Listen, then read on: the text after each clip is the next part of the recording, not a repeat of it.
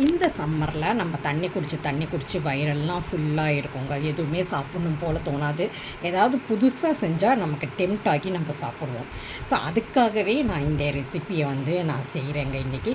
எல்லாருக்குமே நோன்பு கஞ்சின்னா ரொம்ப பிடிக்கும். அதாவது முஸ்லீம்ஸ் நோன்பு இருக்கிறப்ப அந்த நோன்பு கஞ்சி கொடுப்பாங்க. அந்த கஞ்சி எல்லாருக்குமே ரொம்ப ரொம்ப பிடிக்கும். அவங்க நான்வெஜ் போட்டு செய்வாங்க, வெஜ்ஜும் போட்டு செய்வாங்க. ஆனால் அதே டேஸ்ட்டில் நம்ம கஞ்சி செஞ்சால் என்ன அப்படிங்கிறது தான் எனக்கு தோணுச்சு. அதனால தான் இந்த ரெசிப்பியை நான் செஞ்சுருக்கேன். ஸோ அதுக்கு தேவையான பொருள் என்ன அப்படின்னா, என்ன காய்கறி வேணாலும் நீங்கள் எடுத்துக்கலாம். நான் என்ன எடுத்திருக்கேன்னா, இன்றைக்கி வெள்ளை பூசணிக்காய் எடுத்திருக்கேன். இந்த வெயில் காலத்துக்கு நீர்க்காய் சாப்பிட்டா நல்லதுங்கிறதால. அப்புறம் வெங்காயம், தக்காளி எடுத்துகிட்ருக்கேன். அது தவிர நம்ம மஞ்சள் பொடி, மிளகாய் பொடி, கரம் மசாலா, உப்பு, இந்த ரெசிபிக்கு தேவையானது. இது கஞ்சி மாதிரி இருக்கிறதால கொஞ்சம் தண்ணி ஜாஸ்தியாக தான் நம்ம சேர்த்தாகணும். அது தவிர இந்த மசாலா பொருட்கள் என்ன அப்படின்னா, ஏலக்காய், பட்டை, சோம்பு, கிராம்பு, அன்னாசிப்பு, அப்புறம் கல்பாசி. ஸோ இதெல்லாமே எடுத்துகிட்ருக்கோம். இது மெயினான திங்ஸ் என்ன அப்படின்னா, இது அரிசி, அதில் பாசிப்பயிறு, இது ரெண்டுமே ஈக்குவல் குவான்டிட்டியில் நான் எடுத்துகிட்ருக்கேன். அப்போ தான் கஞ்சி டேஸ்ட்டாக இருக்கும். இதை நல்லா கழுவி சுத்தம் பண்ணி வச்சுக்கலாம். இப்போ குக்கரில் கொஞ்சம் எண்ணெய் ஊற்றிட்டுருக்கோங்க. இது எண்ணெய் காஞ்ச பிறகு இந்த இருக்க மசாலா பொருட்கள்லாம் போட்டு வதக்கிக்கலாங்க. இப்போ வெங்காயம், தக்காளி, இதோட நம்ம இஞ்சி பூண்டியும் போட்டுட்ருக்கோங்க. அதையும் சேர்த்து நல்லா வதக்கிக்கலாம். கொஞ்சம் வதங்கின பிறகு நம்ம காயும் போட்டுக்கலாம்.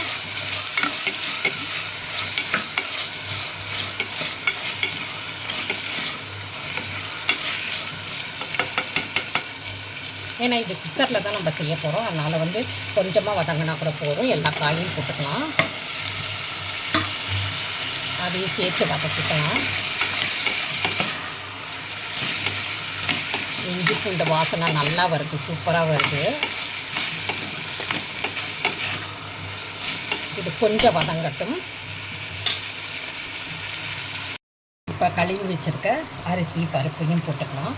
கூடவே எடுத்து வச்சுட்டு எல்லா மசாலாவையும் போட்டுக்கலாம். நல்லா பரட்டி விட்டுக்கலாம். இப்போ இதில் 4 மடங்கு தண்ணி ஊற்றிக்கலாம். நம்ம அரிசி, பருப்பு சேர்த்து ரெண்டுமே சேர்ந்து 1 டம்ளர் எடுத்துருக்கோம். ஸோ அதனால் 4 டம்ளர் தண்ணி ஊற்றிருக்கேன். இப்போ குக்கரோட மூடி போட்டு மூடிக்கலாம். மூடிட்டு விசில் போடுறதா இருந்தால் நீங்கள் 5 விசில் விடணும். விசில் போடாமல் செய்கிறதா இருந்தால் ஒரு 25 நிமிஷம் இதில் நல்லா குக் ஆகணும். குக் ஆனால் நம்ம கஞ்சி ரெடி ஆகிடும். இப்போ நம்ம நோன்பு கஞ்சி சாதம் ரெடி ஆகிடுச்சுங்க. இது சாப்பிட்றப்ப அப்படியே நான்வெஜ்ஜு சாப்பிட்ற மாதிரியே இருக்கும்.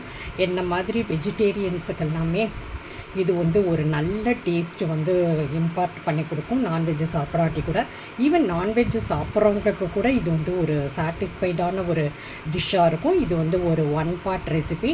மறக்காமல் ட்ரை பண்ணி பாருங்கள்.